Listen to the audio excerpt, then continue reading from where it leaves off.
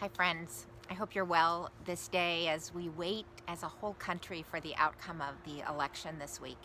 It's not easy to wait, is it? I remember when I was a child, whenever we were waiting for a big day that was hard to wait for, Christmas or our birthdays or grandma coming or something, and we were having a hard time waiting. My mom would take out a potato and she would put as many toothpicks in it as there were days of waiting. And each morning my sisters and I, we would come and we would pull out a toothpick, and we would see that as the number diminished, number of toothpicks, that we were getting closer and closer to this day we were waiting for.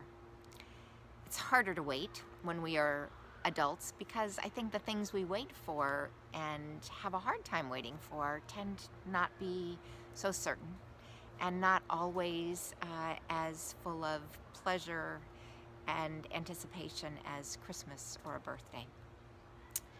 It's harder to wait for something that we don't know the outcome of, the outcome of an election or a diagnosis that we are waiting for, or a decision about a job or a promotion or something for our children. Things we have no control over. It's hard for us, just like it's hard for children to wait and to be out of control then too. And sometimes waiting and that not being in control brings out not good parts of us. Our impatience shows up as anger and blame, sometimes cynicism.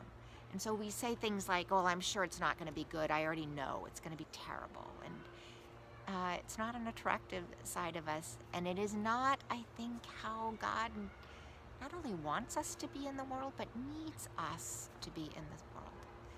So I'm asking myself this week especially, is it possible for me to be part of God's healing and reconciling and forgiving presence in the world? Even when I don't know how it's going to come out. I don't know if I'm going to like the outcome of this election. I don't know if I am going to feel like forgiving or being big-hearted. That's, I think, what we are called to be in this time, in these days of waiting as well as in all the days ahead. Steve Garnis Holmes reminded me with his daily email this morning, of something that I want for my own life, and I would imagine you do too. Let me read you some of his words.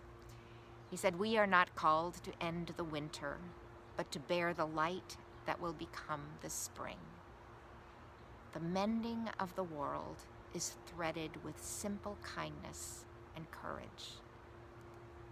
So attend to the small miracles.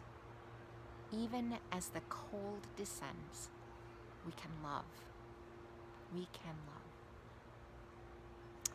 It doesn't always feel like we can, but I think we can. That's what God in us looks like.